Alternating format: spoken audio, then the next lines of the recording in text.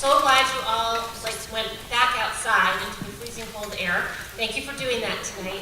We are extremely excited about tonight's event. We have a few things to tell you about the coalition, and then we will introduce our amazing authors. If you have not read the book yet, you will want to, and there are copies of the book which will be available at the end, and I believe our amazing authors will be willing to sign them for you. Is that right? Who are the amazing authors? Oh, yeah. That's you.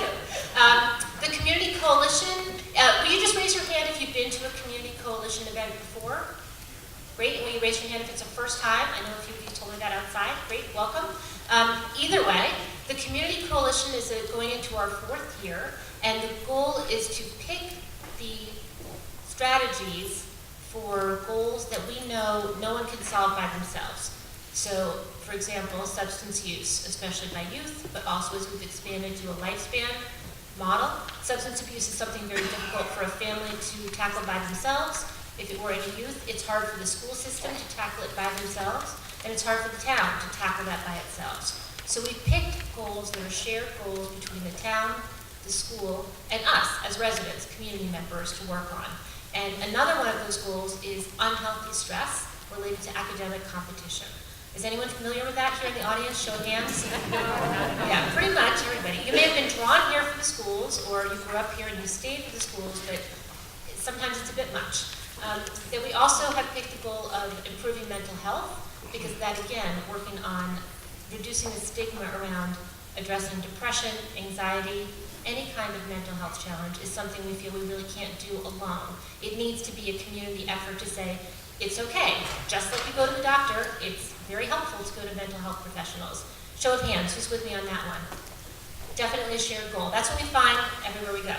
And then this year we've added a 4th goal, which I want to read it carefully so that people who have been here before know that formally we've adopted a 4th goal, which is, where is it? Hang on, I gotta find it. Promote intentional community action to celebrate our diversity. What we found is that for some people, stress and anxiety come from feeling treated different or being teased or bullied for whatever thing that might feel, quote, different about them, when we're all different. So raise your hand if you also, as community members, feel okay about that 4th goal being a shared goal. It's really not something anyone can do to fix by themselves. That's what the Community Coalition is about. We're very happy that we have almost 20 different partners, and we have monthly welcome coffees. If you've been to one, you can come to another one. And they're a great way to meet other people. Maybe you're new here. Who's been here 5 years or less? Show of hands. Okay, who's been here 10 years or less? How many people grew up here and you've been here your whole life? Yeah, it's only a couple people. So many of us feel new or relatively new here. We have a resource map, which Mona is showing up. And when you come to a coffee, hopefully you all have them. If you don't, make sure to take one on your way out. Each welcome coffee will walk you through some of the resources and bring guest speakers who bring that information to life, and they'll answer your questions. We've had people who've lived here for 40 years who come and learn something they never knew. It was a free resource they could take advantage of. So please do come to our welcome coffees. The next one is next week, December 5th in the evening. It's at the Community Center, and the time and information is on your map. 7:30 at the Community Center. If you're watching at home, thank you. You can find this on the Community Coalition website, which is www.lexhere4YOU. Lex here for you. Before we get to our big event, I just want to introduce Mona and Tanya. Mona Roy and Tanya Gisolfi are co-chairs of our academic subcommittee. Can you just join me in welcoming them?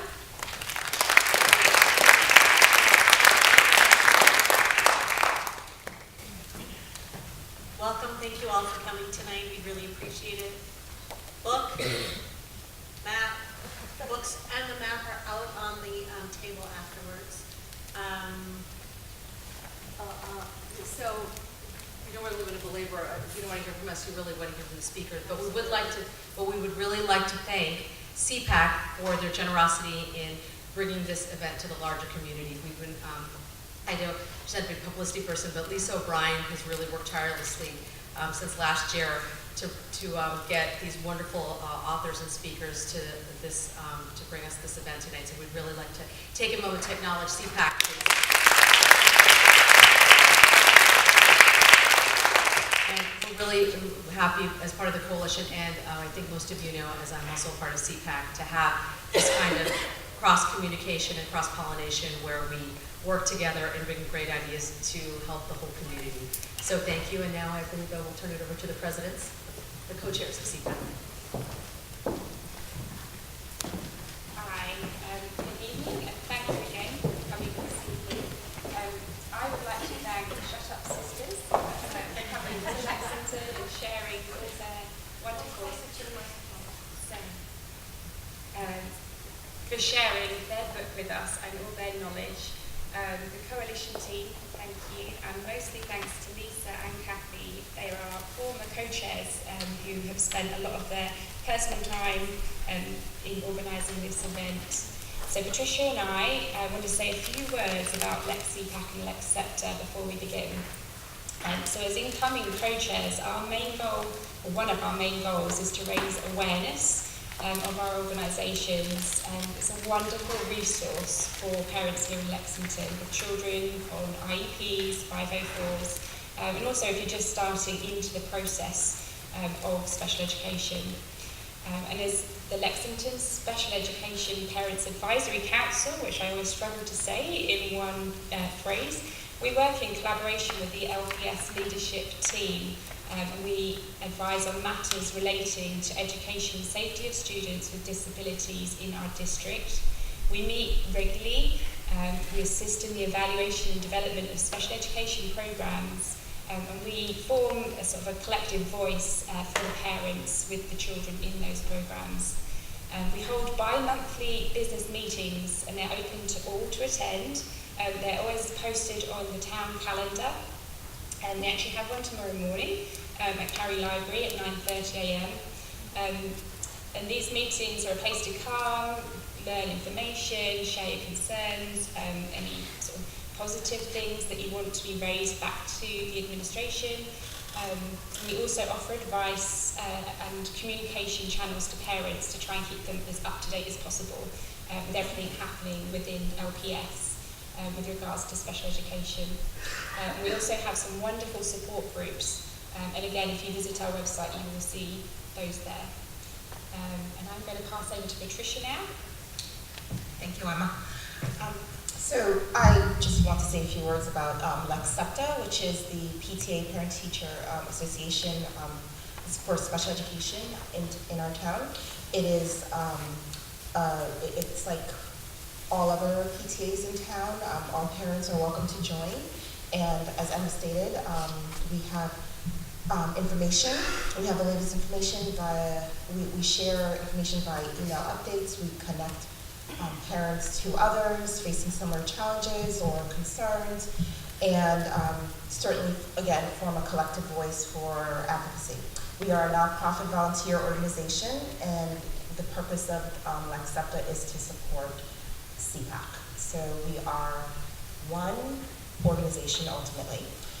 We also have a full calendar of educational seminars and events throughout the year. We bring some of the leading experts to town.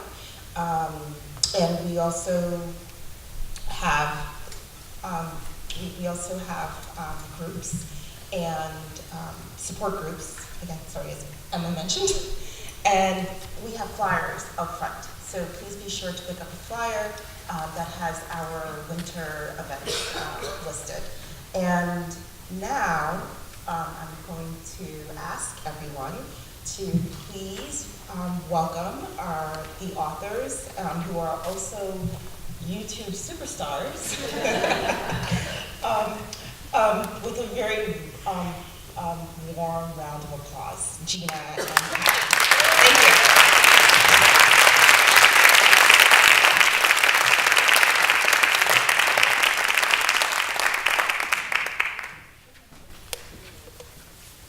Wow. I hope after all that we don't disappoint. We brought our vacation slides, so hopefully you'll be amused by that. They forgot to mention though, we've also done some work, other television work on the Walmart security cameras. No, very, very impressed, Lexington, and we want to thank you. It is truly an honor for us to be here. So thank you, SEPTA and the coalition. truly an honor. Yeah, you guys sure know how to make two imperfect sisters feel welcome. That's right. So how you guys all doing tonight? Good? We should probably start. We want this to be very fun and interactive. So, Patty, I think we should start off with a poll. I was thinking that too. How do you guys feel about polling? We wanted to learn a little bit more about you. So, do any of you have like older adult children? Anyone? Well, like out of the school district? A few? Okay, yeah. Does anyone want older children out of the school district? I've got two. Sold. Are any of you, do any of you work in the school district at all? No? Okay. Oh, okay, we have one. Any of you here just to get the hell out of the house? Awesome. Excellent. I love you guys already. I can tell Patty I have a good feeling this is going to be a good crowd. I think so. And tonight we're going to talk to you a little bit, we mentioned, a few times, we've heard we wrote a book.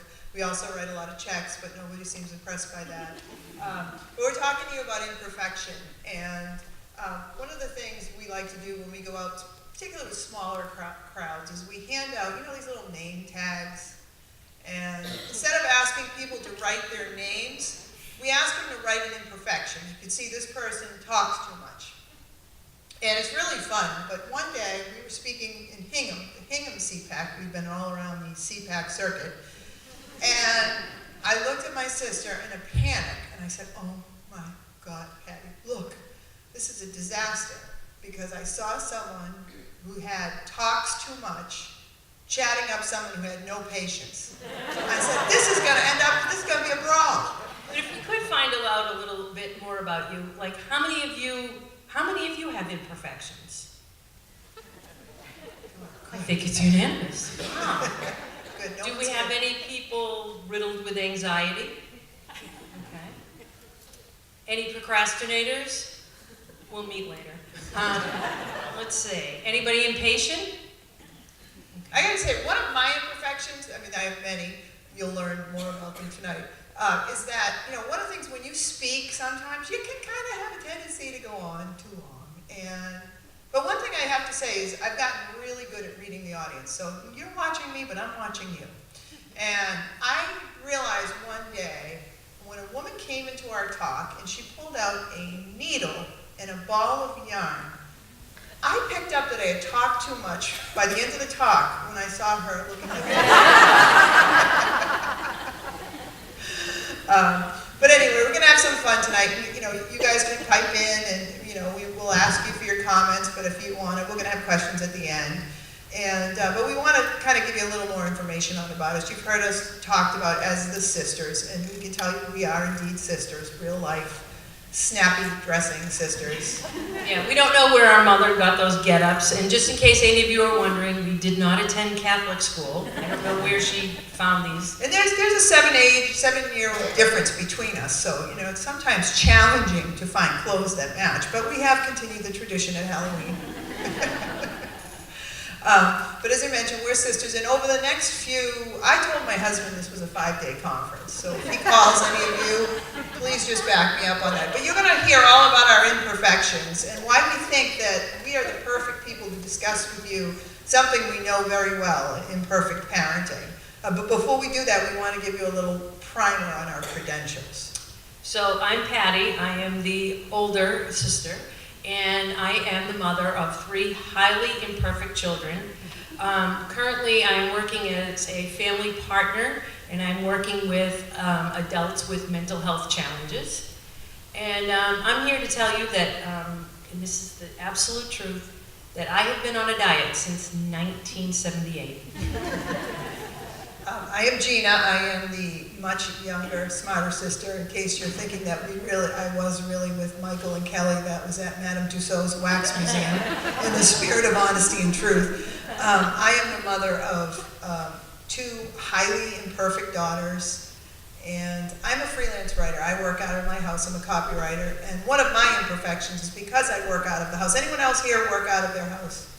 And so you guys know what I mean. We don't always get dressed up, right? And one day my husband came home from work and he said, "You look really nice today." He said, "Did you do something differently?" And I said, well, as a matter of fact, Mike, I combed my hair tonight. And he said, I like that look. You should do that more. But one of the things that we wanted to talk to you about as parents, and we know in the Lexington community, such a successful, and we grew up around here, not in this area. We've been to your battleground several times on field trips. But we know there's a pressure, and everywhere you go today, the pressure to be perfect. I mean, society expects you to live in a perfect house, be married to a perfect spouse, have a perfect body. Yeah, I gotta say, we're all about honesty, and I've asked my sister to take my picture out of that presentation, and I know my husband doesn't like his up here either. Very, very modest. True story, we were speaking in Ohio, and there was a gentleman in the audience, and he said, I went to high school with that guy. I said, my husband, you know him? I said, get out. And sure enough, he went over and he pulled up his yearbook, and there he was. Yes. And then he showed us an updated picture, and he's aged quite well. But there's no greater pressure than the pressure, I think, to have the perfect child. And, I love what the coalition and what they have to talk about, because I think there is so much pressure to have children that are stars in so many things. And I think one of the things that feeds into that more than anything is social media. And I'll admit I'm a big Facebook fan, addict. But studies have shown that Facebook does cause depression in a lot of people. And particularly, we go out and speak in the special needs community, and we talk to a lot of parents who feel really as though Facebook is fueling their depression, because they're seeing what their children are supposed to be doing, and they're feeling like they're not measuring up. And that was sort of hard for us, I think. We'll talk a little bit about our backgrounds and what expectations we had of our kids, but Facebook really is just showing people a glimpse of our lives. I love this meme that we saw. It just cracked me up. May your life someday be as awesome as you pretended to be on Facebook. But for us, when we told you a little bit about our kids, but the perfection ship sailed on us pretty quickly. And, Patty actually experienced it first with her daughter. So I was going to ask you, so how many of you, before you had children, you read books? Maybe what to expect when you're expecting, or if you were adopting, maybe you read books on adoption, and you're being told by all these experts all the things that you're supposed to do and not supposed to do. I always fell into the latter category. And so I have two daughters, and one of the things that they were saying was you're never supposed to compare your children. So they were 2 years apart. Of course I was going to compare them. And what I noticed about my daughter Jennifer was she was much more sensitive than her older sister. She was very kind and sweet. As early as 4 years old, she would empty her piggy bank and take it to and deposit the money into the St. Vincent de Paul box at church. So she just was very sensitive. We didn't really notice any significant changes in her personality until she turned 8. And what that looked like is, over a relatively short period of time, she developed mood swings. And what those mood swings looked like is she would go from being really silly, really like a little too giddy and silly, to being very sad. Jen was always a kid that was very meticulous about her appearance. She always liked wearing dresses and things to match. She loved having a neat room. But she would go through periods where she would get very sad. She didn't care about her appearance. I would have to fight with her to get her to take a shower. She didn't care about her room or anything. And it's really sad to see your kids struggle and your kids to be sad. So we had this family vacation that we had planned out about 6 months ahead of time, and we were going to a little old place called Disney World. The happiest place on earth. And we were going with our entire family, grandparents, cousins, aunts, uncles. So I remember thinking at the time, in my heart, well, she's going to be happy because she's be with Mickey and Minnie and the family that she loves, so of course she's going to be happy. We're going to the happiest place on earth. But in my head, I also knew there was something wrong with my daughter. And sure enough, throughout the course of that week, she, sometimes even within the same day, she would be going from very happy to very sad to not even caring about any of the places we went. that we went or any of the people that she was with. And I remember saying to my mother on that vacation, there's something seriously wrong with her. So when we returned, immediately, the first visit was to the pediatrician. And then he ordered up a battery of tests. And the very good news was that all of these very scary tests that we were taking, they all came back negative. That was the good news. But the bad news was it didn't offer up any explanation for what my daughter was experiencing. And I remember thinking, how are we going to get her better? So finally, after all the medical tests were exhausted, we went to go see a psychologist. And without even having met my daughter, the psychologist looked at me based on what I was telling her, and she said to me, perhaps your daughter has bipolar disorder. Well, at the time, I had never heard of bipolar disorder. I had no idea that it was the new name for manic depression. So I did what I think a lot of us do, is I immediately ran to the internet and I began doing research. And the problem was, again, she was 8 years old at the time, she's 25 now. At the time, there was absolutely no information available for children. In fact, the symptoms didn't even seem to match up. But over the next few months and subsequently years, I would learn a lot more about bipolar disorder. But it still didn't prepare me as a parent and a mother that my daughter had a serious mental illness. That's my daughter, Katie. And I think I want to do another poll. How many of you here, before you had your children, had visions of what your future children would be like? You had plans, expectations. A lot of us, right? I did. I was a huge tomboy growing up, and I had visions that my children would be even better at sports than I was. I also had another vision for them. I envisioned that they would be boys. So I remember the day my daughter Katie was born, and the doctor, he had a terrible tendency to mumble. I could never understand anything he said, except that day he decides to speak very clearly when he says, "Congratulations, Mrs. Gallagher, you have a baby girl."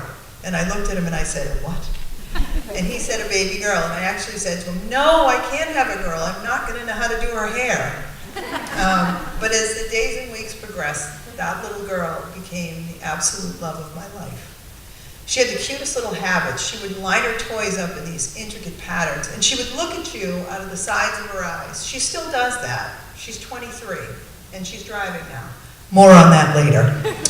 I remember one time I saw her feeding herself, and she was alternating at a very young age, her right and left hand, feeding herself. And I actually turned to my husband and I said, "Oh my God, Mike, she's going to grow up and be a switch hitter in baseball. I couldn't even do that." I thought she was a little quirky, and that's all I thought it was. It wasn't until she got to preschool, and I don't know if any of you remember your child's preschool teacher, but my daughter's preschool teacher didn't look much older than my daughter. And she came up to me one day, very upset, and she said, "Mrs. Gallagher, we need to talk." And I said, "What is it? What's wrong?" And she said, "Your daughter has a poor pencil grip." And I said, "Okay." And she said, "She has a cutting problem." And I thought, "Oh my God, she's cutting. I saw that on TV." I thought, I remember thinking, is my daughter so perfect that you're just nitpicking her with these ridiculous little things? Go pick on some other kid. My daughter's fine. We got to kindergarten, and we weren't even 2 weeks into the school year when I rummaged through her backpack and I came across this form. There was no note or anything like that. And I called the teacher and I said, "What is this?"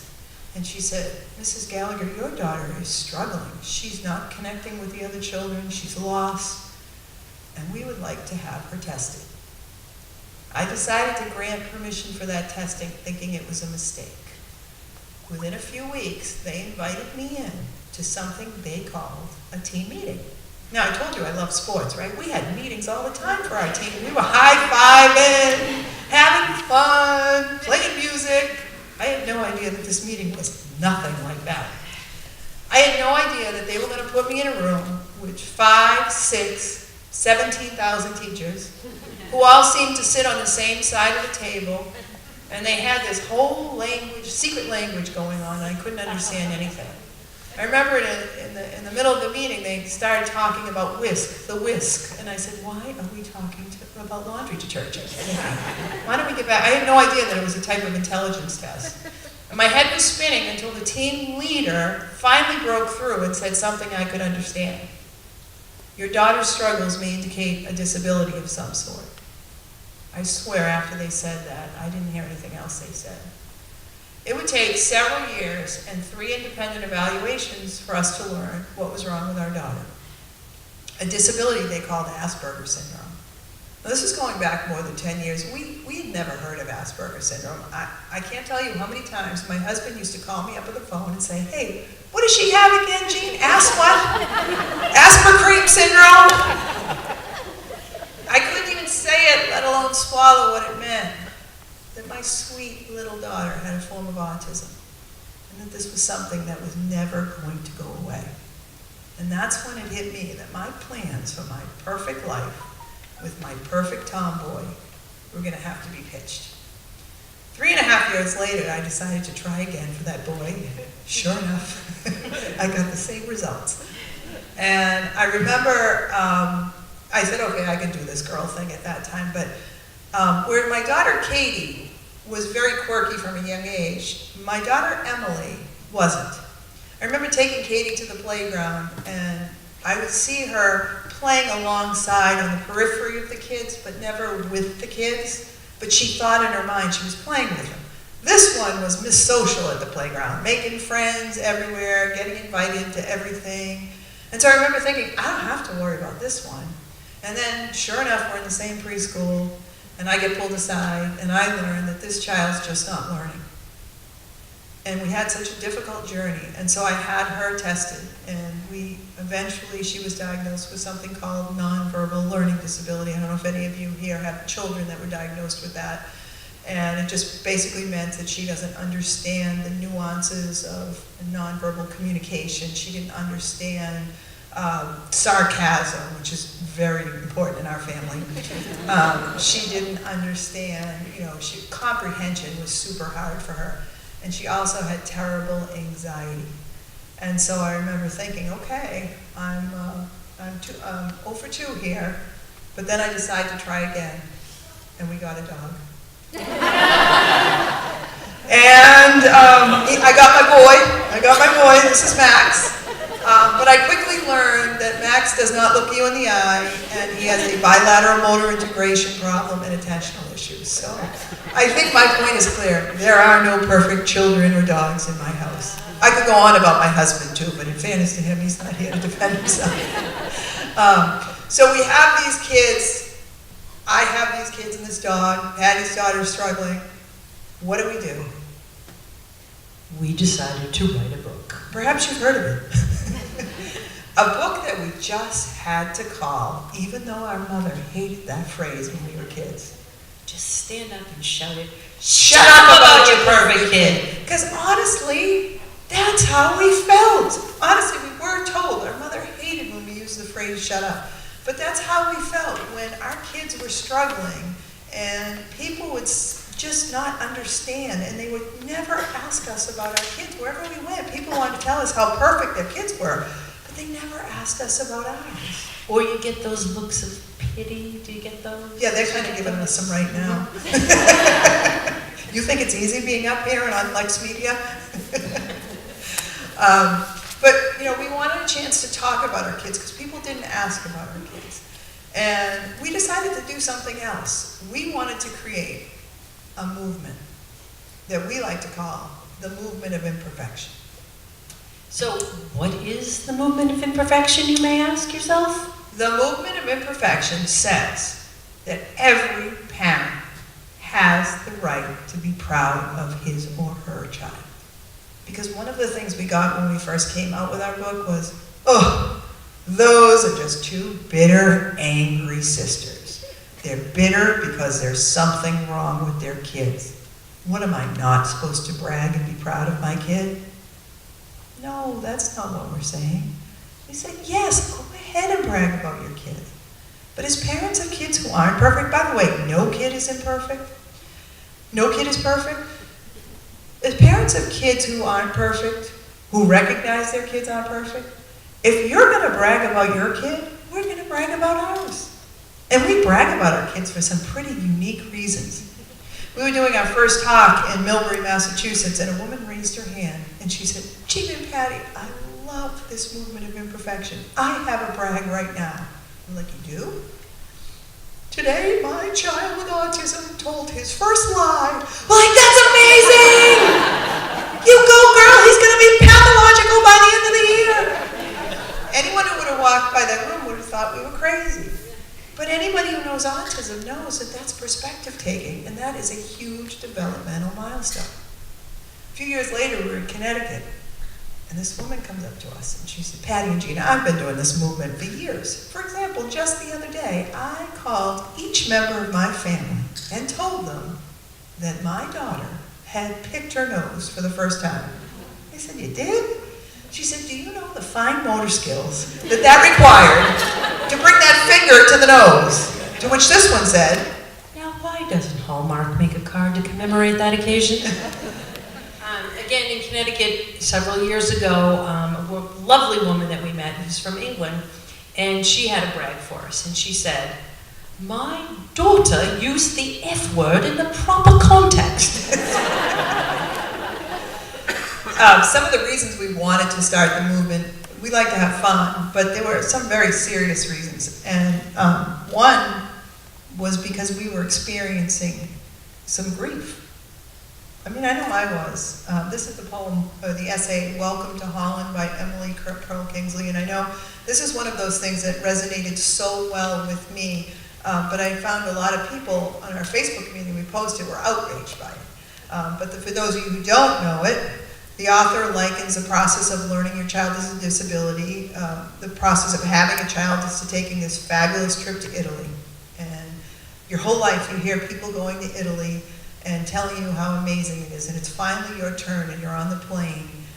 And the plane lands and the pilot says, welcome to Holland. And you say, Holland? And no, there's some mistake. I'm supposed to be in Italy. And the pilot said, no, you're in Holland and here's where you must stay. And you know, the author talks about how you never get over the loss of not going to Italy, but if you look around, you see Holland is beautiful and it has tulips and has Rembrandts. And so I remember reading this and thinking, that sort of summarized how I felt. I was, for several years when my daughter was first diagnosed, I was grieving the loss of the life I had planned for her. This wasn't what I had planned. And that was a very real feeling. And experts have actually likened the process of learning your child has a disability to the grief process at times, that it feels like the loss of a dream. And they'll say it's a cycle. You know, sometimes, I know when my daughter was doing very, very well, she was in a private school, and I would sometimes look at kids that were in her peer group in the public school, and I'd see them going to the prom, and I'd say, well, that's where we were supposed to be. And that was a very real feeling, and it helped me validate what I was feeling. I didn't like what I was feeling, but that's what I was feeling. And if we could share with you a little fun fact that will, it'll make you, if you share this with people, it'll make you more interesting at cocktail parties. The author, Emily Pearl Kingsley, for 45 years was a writer on Sesame Street. And before she even had kids, one of the observations that she made when she joined the team at Sesame Street was Sesame Street had no characters with disabilities, or they didn't address disabilities. So it was Emily's idea and her vision to introduce people with disabilities to Sesame Street. So that is another one of her legacies. The other thing we felt when we started the movement was judgment. People love to look at you, judge your kids. And I know a lot of parents who have children with autism that say they'll be in the grocery store and their kids will be tantruming, and all of a sudden they'll get these dirty looks from people. And there was this wonderful mother we met in Quincy that actually had a solution for that with her child with autism. She had them hand out this card, a conversation card, looked like a business card. And it said, thank you for, so if someone gave her a dirty look, her little son would go up and hand this card out, and it said, thank you for noticing my autism. You can ask me about it, but I won't answer. To learn more about autism, visit blah, blah, blah. And I remember thinking, what a great way. Parents of kids with mental health, behavioral health issues always get judged. Parents of kids with bipolar disorder tell us all the time they get the same comment. Give me your kid for a week, and I'll whip them into shape. Patty and I have a little lesson for you. You probably won't learn anything from us tonight. But if you do learn one thing, it's to never, ever Tell a parent of a kid with bipolar disorder to give you their kid for a week. Why do you think that is? Because they will. And they're going to peel out of your driveway so fast before you change your mind. The other reason we wanted to write our book was the stigma. Let's just take mental health, for example. Have you ever turned on the TV and saw an uplifting news story about somebody with schizophrenia? Or somebody with bipolar disorder that just made you feel so warm and fuzzy? You never, ever do, right? Never. I know in the case of my daughter, I accepted that what my daughter had was a neurological chemical imbalance in the brain. I believe that to be true. But yet, other than my closest friends and my family, I didn't say anything to anybody because I lived in fear as to how she would be judged. I thought, well, if I tell my friends whose kids play with my daughter, are they then not going to have their kids play with my daughter because she was going to grow up to be a serial killer? And at the time, my daughter wasn't even eating cereal. So I didn't say anything, and I felt very conflicted by that. And it wasn't until I went to my therapist and I explained my dilemma. And she said to me, every time you talk about it, you help break stigma. So now you can't shut her up. The other reason was the expectations. One of the things I found, as soon as I came in with the results of my daughter's neuropsych and we had that diagnosis, all of a sudden I just felt like the expectations of her. Any book I read on autism, any consultant I had, all they did was tell me all the things my daughter wouldn't do. And I think as a parent, I kind of fell into that as well. Just thinking, and to this day, she's 23 years old, my older daughter with autism, and she says to me all the time, you underestimate me. And I think sometimes that's what happens sometimes when you come to people and you are open sometimes with things. And there is this level of expectation that's lower, and that was a huge frustration for us, and one of the reasons we wanted to write our book. And one of the more fun reasons we wanted to write our book was because we wanted to share a coping technique that's helped us through difficult days, and that is laughter. Look at this picture of Patty before she put her makeup on today.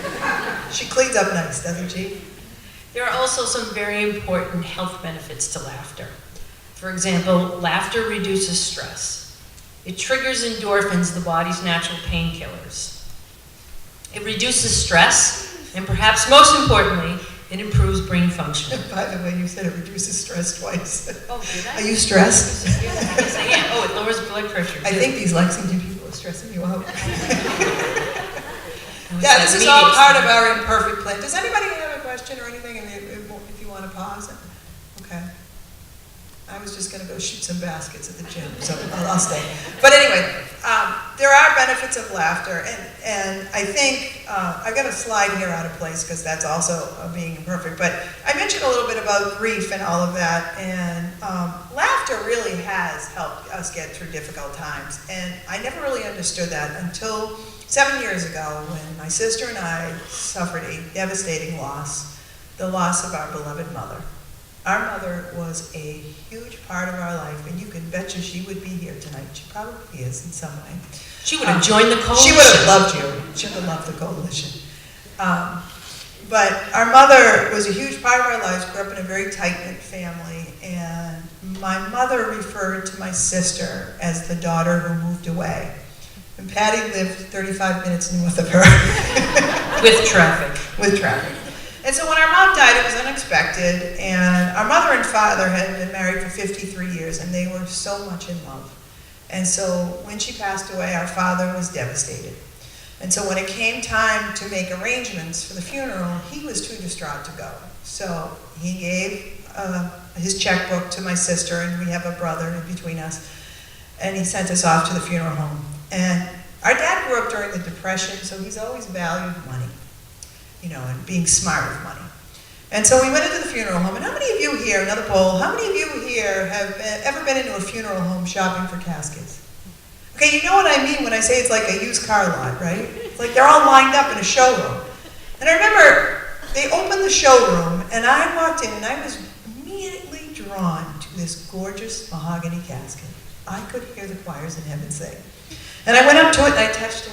And the funeral director comes up to it and she said, "It's beautiful, isn't it?" I said, "Yeah, it is." And then she looks at me and she says, "What's it gonna take for me to put your mother in that casket?" I'm kidding. It just goes with the used car lot. So I said, "How much is it?" And she said, "It's only $15,000. And I said, "You know what the problem with this casket is? If I buy it, I've got to buy 3 more because my father will kill the 3 of us." But this one, every casket she went into, she loved. Come on, don't they just look so comfortable with the little pillow? And of course, I'm playing into that. I'm like, "Patty, get in, try it out. Let me shut this." But as Gina mentioned, our mother was a huge part of all aspects of our lives, and in particular our business. So when our book first came out, we had our very first book signing at the paper store in Maynard, and our mother came up to us and said, "Psst, hey girls, I put your book over there where Oprah's book club picks on." "Ma, you can't be doing that." And then she'd get really cutesy with the paper store and she'd call up and disguise her voice and say, "Excuse me, do you have that book, Shut Up About Your Perfect Kid?" "Why, yes, Mrs. Tarasi, we do. Come on down."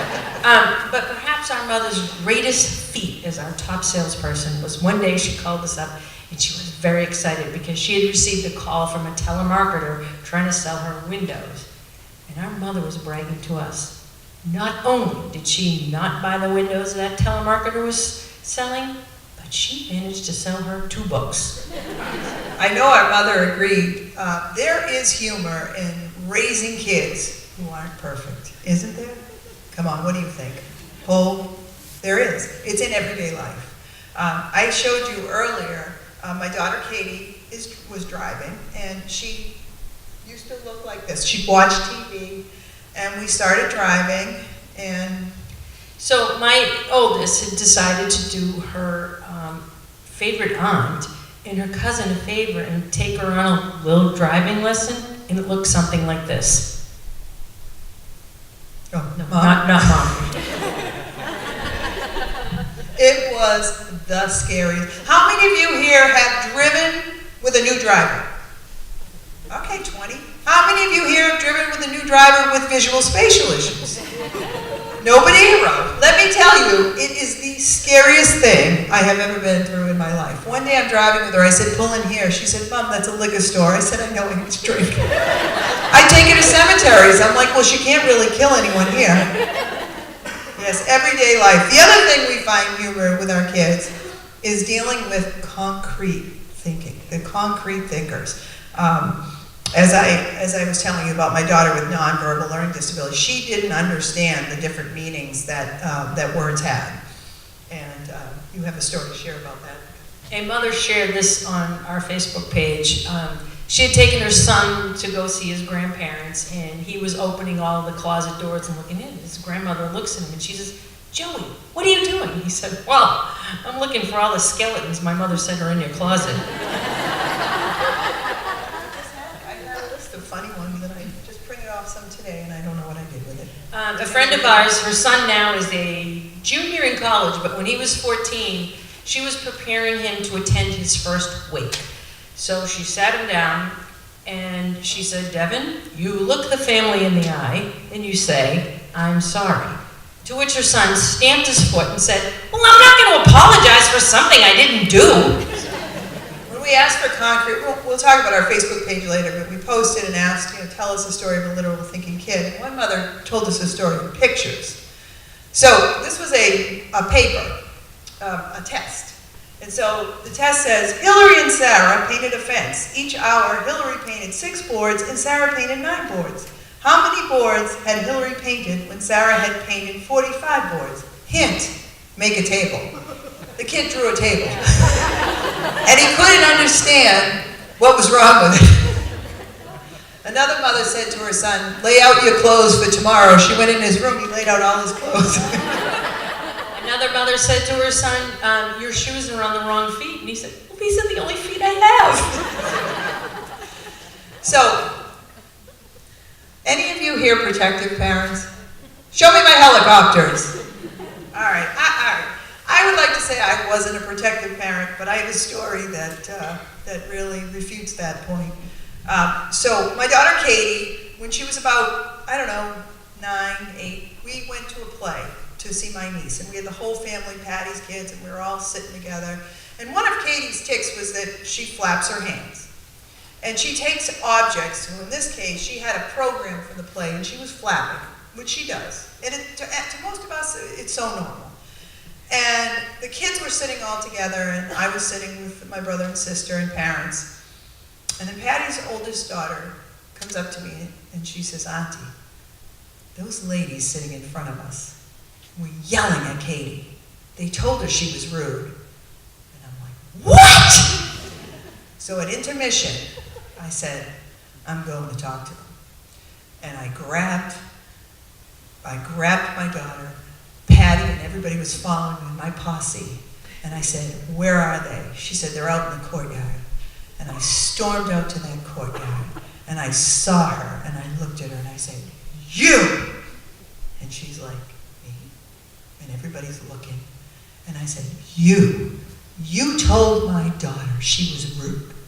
Well, let me tell you, sister, my daughter has autism and a neurological need to flap that program. So maybe before you say something, you should think first." And she's like, I'm sorry. My sister and everybody looks at me and they go, "Wow, Gene, that was amazing." My niece looks at me and she goes, "Aunt, that was great. One little problem, that wasn't her." Awkward!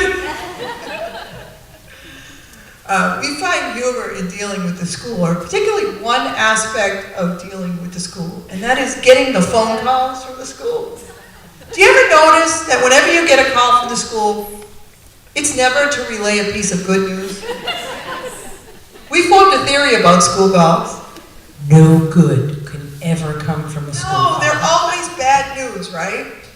And we and a lot of parents we know have been called by the school for some pretty ridiculous reasons. Our brother received this one several years ago. Your son shoved Play-Doh on his nose. It's very distracting to the other students. One mother got one today in class. Your son put duct tape on his eyebrow and removed his eyebrow. And she said, "But it gets worse." The mother's like, "What could be worse?" "We can't find the tape with the eyebrow on it." What did she think? They were going to put it back? Today at the aquarium, Joey fell in with the sharks and rays. We had one mother, it seemed to be a common trend among boys, but one mother got a call. "Today in class, your son removed all the nuts and bolts from the teacher's desk and it collapsed on her lap." I got this gem when my son was in middle school. Patty, this is Patrick. We were on a first name basis, the principal and I. We'd like to invite you, Mike, Mikey, and the Andover police to a meeting tomorrow. One mother got this one. "Today, your daughter ate page 45 of the science book. We're going to have to bill you." There are essentially two types of parents in this world. Really, if you really boil it down. There are the parents that say, "Not my child. My child would never do that." Then there's the parents like me and my sister. "What did they do now? I'm going to kill them." We're the shoot first and ask questions later type. But this one mother, she was of the former category. She thought her son could do no wrong until one day she gets a call from the school principal. "Mrs. Johnson, this is a school principal. Today, your son Joe wrote on the bathroom wall in permanent marker." And she said, "Well, how do you know it was my Joey?" And he said, "Because he signed it and put your phone number and address under it." But you know, we know school calls are coming, right? Because we have this very sophisticated, advanced warning system. It's called caller ID, right? We know they're coming. And that should be a good thing, right? When we know it's coming. But let's be honest, it's not. Because how many of us here go into full-blown cardiac arrest when we see the school's name flashing on the, right? I did. I remember my daughter, Katie, was in like 3rd grade. I was getting calls every single day. And one day, it was like 8:45, and I'm like, "Ooh, this is a banner day, no school calls." And then the phone rings, and I look down, and I see it flashing. City Marlboro, city of Marlboro. And I literally have to psych myself up to pick up that phone. Hello, Mrs. Gallagher? Yes. This is the city collector's office. Your real estate taxes are way overdue and we'll foreclose on your house. And I'm like, whew! Like with the school calling with bad news. Then you get the teachers who say, they know we're sitting on those calls. So they're kind enough to preface the call with, nothing's wrong. But there's a problem with that because there's a word that follows nothing's wrong. But one mother got one. Nothing's wrong, but your daughter will be coming home in someone else's pants. The other place we find humor in dealing with IEPs. All right, remember that when I first told you about my first team meeting? I think that was like 3 days ago because I've been going on and on. But I'm in that meeting and they're telling me everything that's wrong with Katie. And then all of a sudden, the teachers look at me and they're all smiling. And they said, we have some good news. I'm like, you do? Give me something, I'm dying.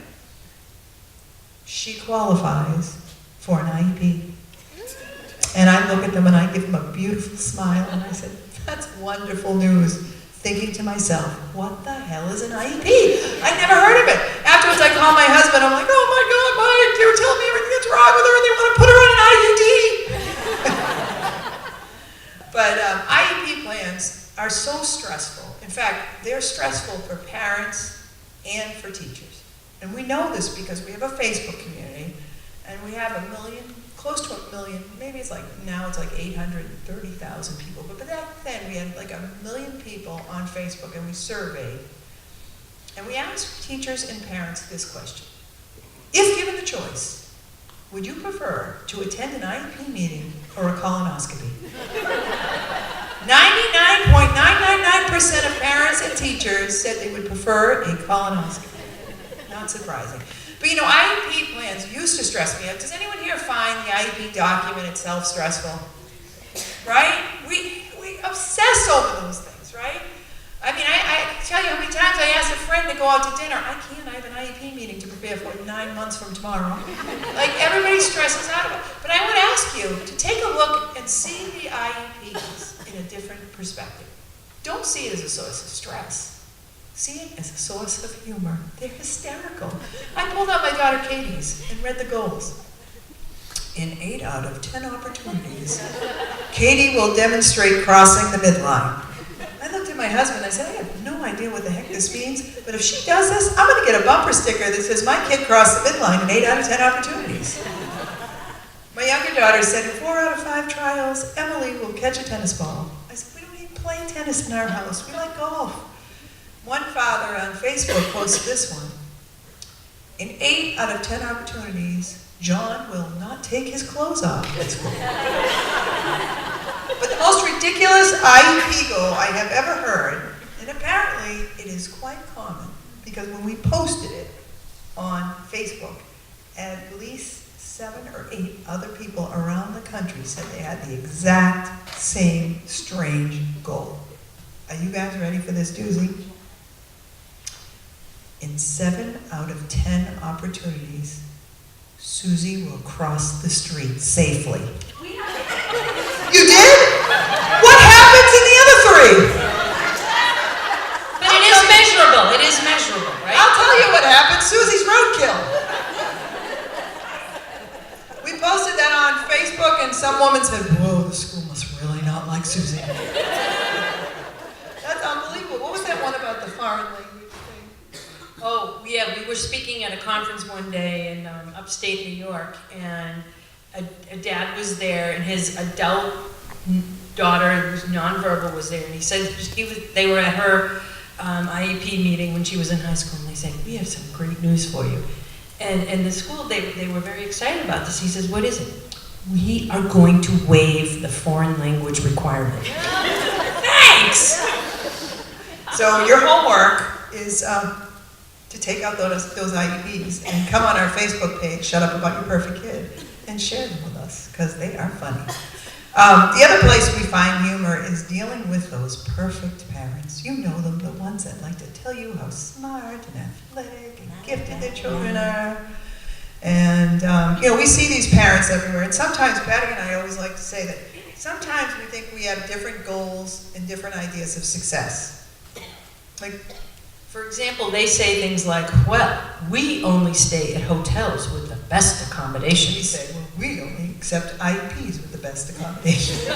They say things like, Princess is involved in many activities. She has ballet on Monday, soccer on Tuesday, theater on Friday. We say Katie's involved too. She has counseling on Monday, occupational therapy on Tuesday, and did I tell you about the new social skills workshop she's starting on Thursday? They say things like, I was ecstatic to learn that Logan is at the head of his class. We say things like, I was ecstatic to learn that John went to class. They say things like, last night my book club went over 3 cups of tea. We say things like, last night my support group went through 3 bottles of wine. True story. They say things like, Thurston is in his 3rd year at Penn State. We say Susie is in her 3rd day of a manic state. And if it's not bad enough we have to listen to them, we have to read those god-awful bumper stickers. You know those bragging bumper stickers? But that's okay, because what would you think? As part of the movement of imperfection, we had to come up with our own. That isn't one of them. Right away, to their got milk, we've got issues. You never see those bumper stickers, this car climbed Mount Washington? Well, we've got this car wants to drive off Mount Washington.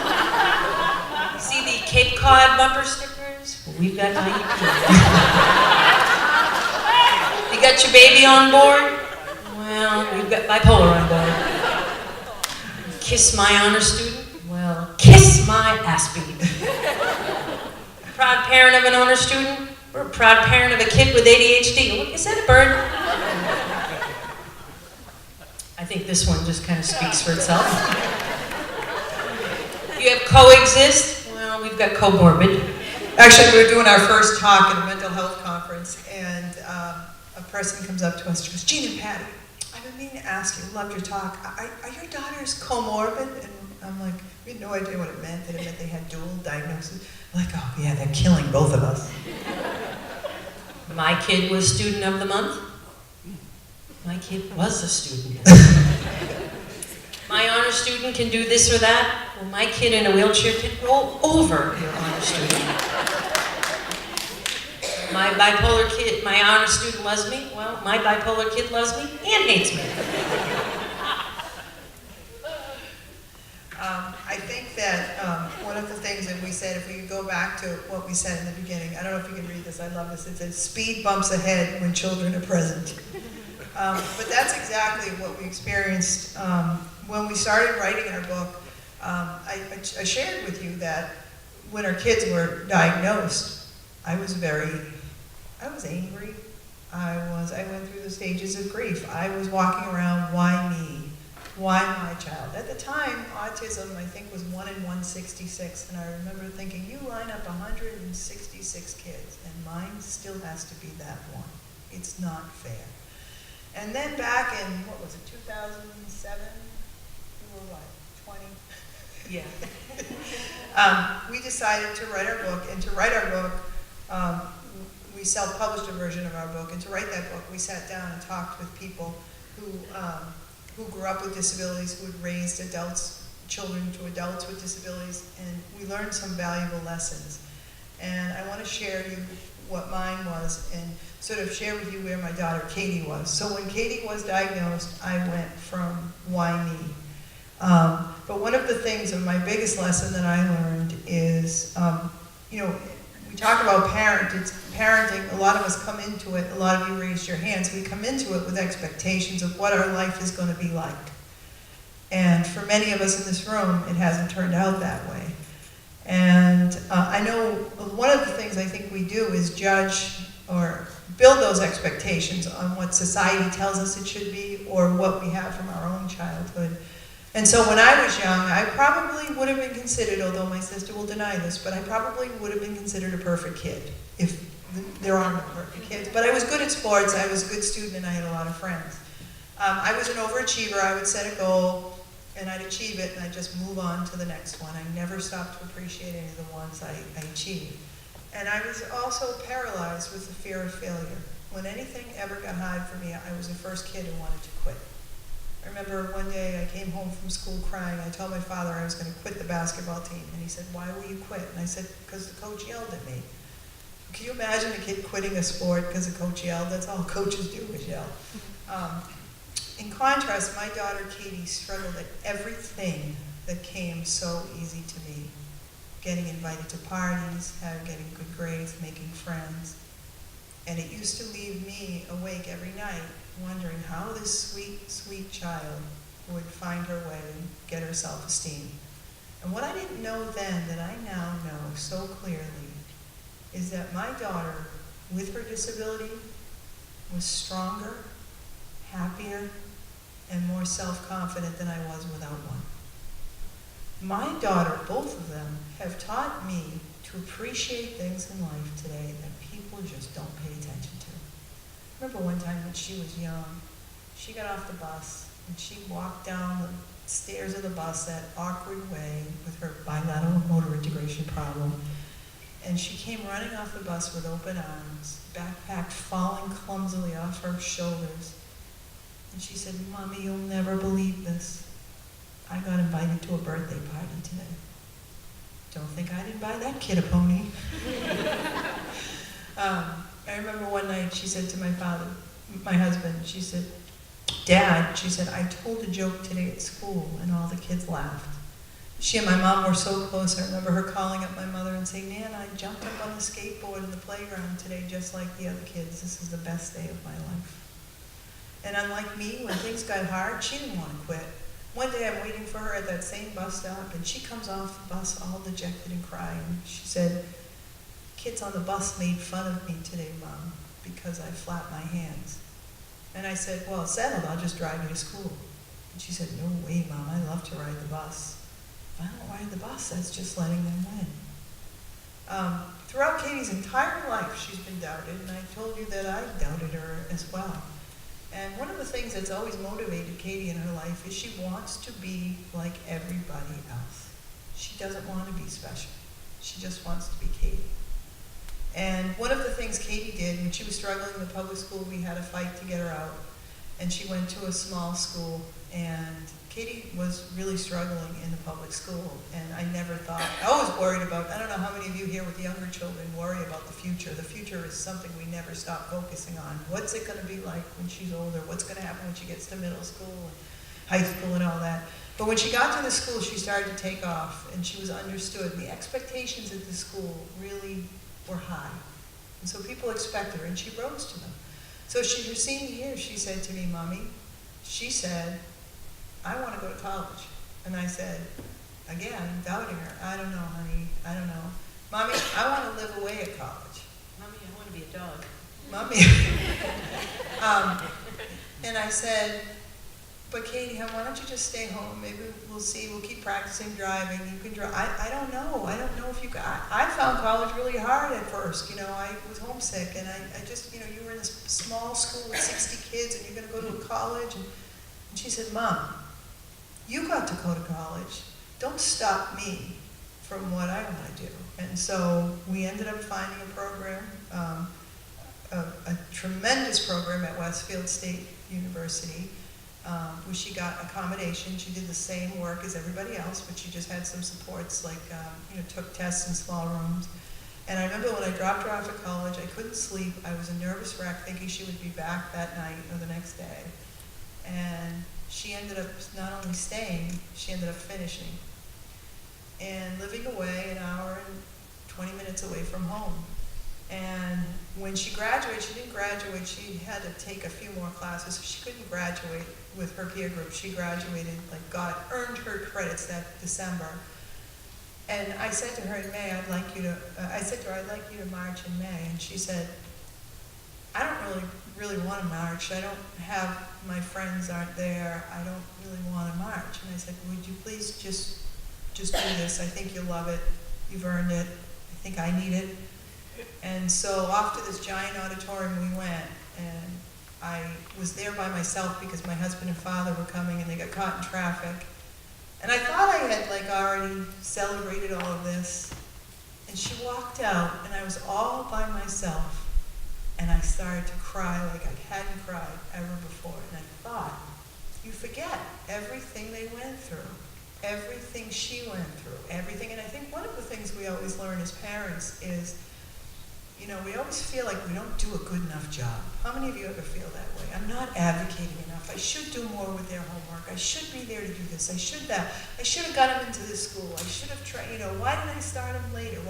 We're always thinking that. And that one moment I had, I looked at myself too and I said, you did pretty good. Look at what it took to get her here. You did okay. And she's amazing. She's been out of school now. She's trying to find a job. One of the challenges for her is she's getting interviews, but she's not landing the job in the interview. And I think one of the things that she struggles with is thinking that it's always her. But a lot of my friends who have, quote, typical children that are graduating in her peer group haven't gotten jobs either. And so one of the things that she's working on, I really wish employers would kind of recognize that some of these kids that come to them may be a little bit quirkier. They may be a little bit more honest in the interviews than they want to be. But, you know, that she would be, and I know she will land a job at some point, and I know she'll be a success. Her younger sister had a different route, and I remember when Katie went through college, I said, oh, Emily, you'll be able to go to college. And I put her in have you ever heard of the Judge Baker program? Tremendous program to get, it's a college readiness program. And kids stay at Boston College for a week and they simulate college. So I put her in this program. She didn't think she wanted to go. And I went to pick her up after a week and I said, it's amazing. Do you love college? And she's like, Mom, it was so much fun. But she said, no offense. College isn't for me. I don't want to go to college. It's not what I want to do. I said, all right, we'll just tell everybody you went to Boston College because I technically did. So anyway, she says, I know what I want to do, Mom. She said, I want to be cutting off mannequin heads. She said, I want to be a hairdresser because I want to make people feel good about themselves. And so off to hairdressing school we went, and she graduated from Tony and Guy Hairdressing Academy in Worcester. And she is now a full-fledged licensed hairdresser. I went through a difficult period where I found all these mannequins in my house. And I also had to be her first customer. You could see the pain. Then she decides, I want to further my education, and I want to do this process called microblading and microblade eyebrows, which is basically like you cut eyebrows and you tattoo them. And I'm like, and so I put her in this class, $3,500, and her model backed out. And so I said, I'll do it. And this is what I went through. So my niece, her daughter, took these pictures, says, you look like the burger. I chronicled every stage through it. And I'm super proud of her, and she's doing amazingly well. Again, not the life I planned. I didn't plan on having my eyebrows tattooed. But you know what? My daughters are happy, and they've taught me so much. And instead of saying, honest to goodness, instead of saying, why me? I say, thank God it was me. Okay, Patty, I'll shut up now. As Gina mentioned, we had a self-published version of our book, was in 2006. And my daughter Jen was in middle school at the time. Any of you have kids middle school age? It's a tough age, isn't it? Tough time in their lives. That's any kid. You factor in a kid with a disability and it can be downright overwhelming. I know there was one night in particular, Jen was preparing to go to bed and she looked at me and she had all tears in her eyes and she said, Mom, why would you want to write a book about me? I feel like all I ever did was disrupt this family. And in that moment I thought about it and I said, you know, Jen, because of you, I am a better person. And he said, because of you, I've learned to take each day, one day at a time. He said, because of you, I don't sweat the small stuff. I said, because of you, I've met some truly wonderful people I might never would have met. And I said, because of you, I have a deeper appreciation for my family. And I said, you know, Jen, because of you, I'm better and the world is better. What I didn't anticipate was what our experience with Jen would have on the character development of all three of my kids. I think mental illness is something that is so very difficult to understand at times. Jen's MO was she would go to school and for 6 hours a day, hold it completely together. Like if I didn't say anything to her teachers, they never would have known anything was wrong. But yet when she would come home, her facial expression would change. She would come home and just have complete and utter meltdowns. So it was hard for me to understand as her mother. And her older sister had a lot of anger toward her. She would say very hurtful things. She would say things like, I hate you, Jennifer, I wish you would die. And I would be cringing, and I remember telling the therapist that. And the therapist said, no, that's not what she's saying. I'm like, yeah, it is. And the therapist said to me, no, what she's saying is, I hate this and what it's doing to you. So when Jen was in the hospital the first time, I said, I want to take her sister, older sister, with me. And my mother-in-law at the time was like, that is not a good idea. And I said, no, she needs to understand that this is real and she needs to go. I couldn't shelter her from it because she was living with it. And she saw it. And my older daughter is somebody that doesn't show her emotions. And I could tell it was bothering her. And I said, you see, this is real. And she said, yes. And I said, you know that your sister's sick? And she said, yes.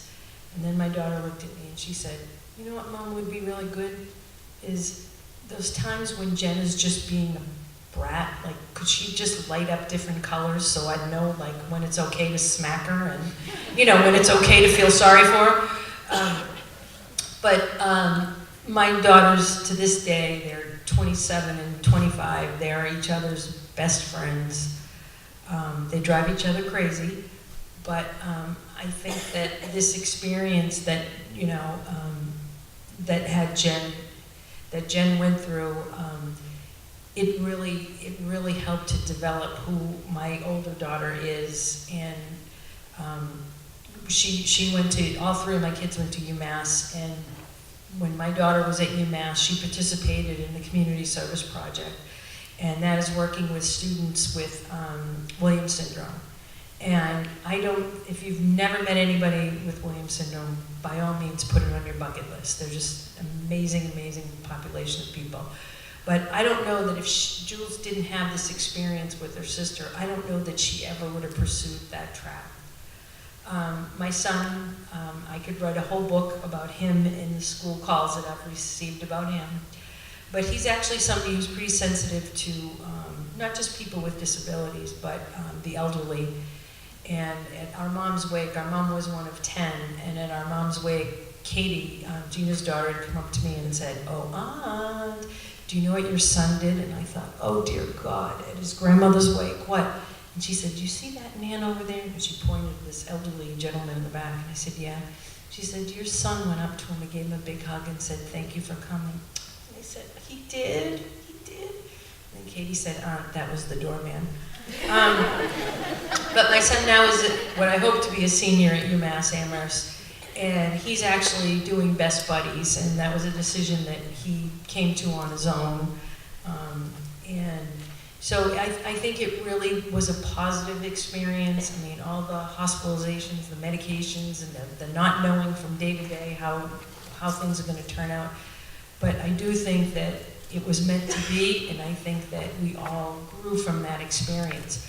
But perhaps the biggest transformation has been with Jen herself. Jen wanted to go to college, and I wanted to encourage her to do that. She wanted to go to UMass, and I thought, big school, I don't know. UMass is her happy place. She still goes back and visits every chance she gets. She graduated with a degree in public health administration, but she ultimately wants to become a nurse. In 2013, Jen was a volunteer at the Boston Marathon, and that morning I was getting texts from her saying, Mom, this is so much fun, it's great to be here, the running community is so friendly, I'm going to run this race next year. And she was so happy to be part of it. And then at 3 o'clock that afternoon, and I was driving home from work, I got it, my phone went off, and I pulled over and I read it, and there was a text from Jen saying, Mom, turn on the news, 2 bombs just went off. And so for that whole year, she was a senior in college at the time, that whole year she went through a very difficult time. I mean, a lot of people suffered that day. A lot of people, you know, experienced things on the periphery, and she was one of those things that witnessed, you know, real heartache and sorrow and tragedy. And I think one of the things that we learn as parents is, you know, when to giving your kids their independence. And I knew that in 2014 that my daughter was going to want to run that race, no matter what. And there was nothing I could do to stop her. And I knew what I had to do was to be there to cheer her on. And so in 2014, she was struggling, and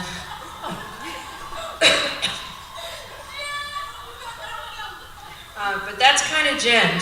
That's kind of her MO. She would, whenever she would stumble and fall, and I think that's indicative probably of all of our kids, that they fall, they get back up, and somehow they get moving on. And so we kind of learn from them. I always say, like, my greatest teachers in life are my parents and my children. I think I've taught you a lot, but I'm going to give you credit. What not to do. We just wanted to leave you with, now that our kids are adults, and I've mentioned, how many of you do focus on the future? What happens when this happens? What's going to be? We're always thinking ahead, and you know, we have accumulated a lot of knowledge now that our kids are older, and we go out and speak to a lot of different groups and have accumulated some of their knowledge. And you know, some of the most important lessons that we learn, and we'll just go through this quickly, is one is everybody's got, you know, everybody's imperfect. Anybody trying to tell you on Facebook that they're not, they're lying. There are no such thing as a perfect kid. There's no such thing. Nobody's perfect. And people criticize us for calling our kids imperfect. Everybody's imperfect. And one of the things that we started talking about our kids' differences, it opens, as Patty said, it opens a dialogue, and people will come forward and say to you, hey, my child's on an IEP, or I'm struggling, or, you know, my child has nothing diagnosable, but they're sad. And, you know, I think that it's important that everybody has something that we're dealing with. The other lesson that I learned, I wanted to share this, be positive. I mean, I just kept thinking of all the negative things she couldn't do, and everybody wants to tell you sometimes. Some of our experts that we paid good money to would tell us things that our kids wouldn't do. And just, you know what, get away from those negative people. And you know, when I should have known, when I was reading about the category of autism in those books, I wasn't reading about my daughter. Nothing can measure. I had a neuropsych that once told me that my younger daughter, no one taught her how to learn. And I remember her saying, she may live independently, may not. And you know, and here my daughter is managing her own money, driving a car, she's a hairdresser in a career. And someone told me that she might not even live independently, and she's managing her life independently. You can't measure heart. No, and those, you know, and you get a lot of those IQ snobs that look at those neuropsychs, and they get our kids maybe for one moment in time, you know, 3 hours, 3 afternoons, and they all of a sudden can predict the future. Those tests don't measure heart. 3, have any of you ever felt like you're alone? You're not alone. We all have bad days. We all have times where we don't know how we're going to keep going. One of the things we have is a Facebook community, and our Facebook community, which I mentioned, has people from all over the world, as far as Waltham, Concord, Acton, no, all over India, Australia, huge population from England, Singapore, and everybody, despite all the differences and the distances and the culture changes and all of that, we all go through the same thing. And we had a parent one day wrote to us, she said, I don't think I can do this anymore. I took her post, I shared it on the page, and I said, and at least 100 other people wrote it and said, we all have days like this. You got this, Mom. So you're not alone. We invite you to join our Facebook community. If you don't want anyone to see what you post, send us a message, we'll post it for you. The 4th lesson that we learned is don't do what I did. See the potential. Don't listen to what, you know, don't doubt your kids. Don't ever doubt their heart. I think, you know, one of the things like letting them fly, as I mentioned, I work with adults with, you know, mental illness, and they're, even if you become their guardian when they become adults, it is still their life. And I think the job of any parent is to build that foundation for your kids, to prepare them for the day that, you know, maybe you're not around anymore. Our mom was one of the things our mom used to do was every Thanksgiving she'd make, the turkey she'd make, the stuffing she'd make, everything. Mom, what do you want us to do? You can make ice cubes. And when our mom died, she died rather unexpectedly, and then Thanksgiving hit, and we're like, oh my God, we don't know how to do anything. And you know what? We learned, and you know, we were adults. So we want to, kids are going to make mistakes. We made them mistakes, and you know, we survived them. So you have to trust and hope that, you know, that they're gonna make their own mistakes, but they're gonna bounce back too. And the most important lesson as your kids get older and they face adulthood, and I think I sort of is when we talked about being protective, we have to let the child lead us, and that goes for no matter how, you know, how much your child has to deal with. You know, I know with my daughter, I didn't want her in college. She said, I want to go to college. And I think this last thing before we leave you up to questions is, I wanted to share this photo. Patty and I go on this special needs cruise every year called Buddy Cruise, buddycruise.org. It is the most amazing vacation. We just got back from one. But one year we were there, and there's a lot of people there who have children with Down syndrome, and a lot of the children are adults. And there's this one young lady I made friends with who has Down syndrome. Her name is Patricia. She's 35 years old, and she was made an ambassador of Buddy Cruise and given an award because she teaches sign language to little kids in the schools. And so I got to be very friendly with Patricia, and we went one day on this excursion. This is in Rotan, Honduras, and we came across a pirate bridge. And Patricia had me hold her hand the whole time we were there. I'm terrified of heights. I'm terrified of reptiles.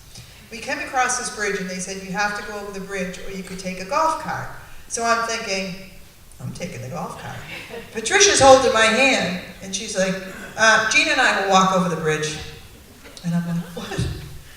And so they didn't tell me that I'm on this rickety bridge, and they didn't tell me that it was two-way traffic. So that's me walking her across the bridge. Her father's behind us. And if you look at that picture, you would think that I was leading her over that bridge. Patricia was the one that was calming me down on the bridge.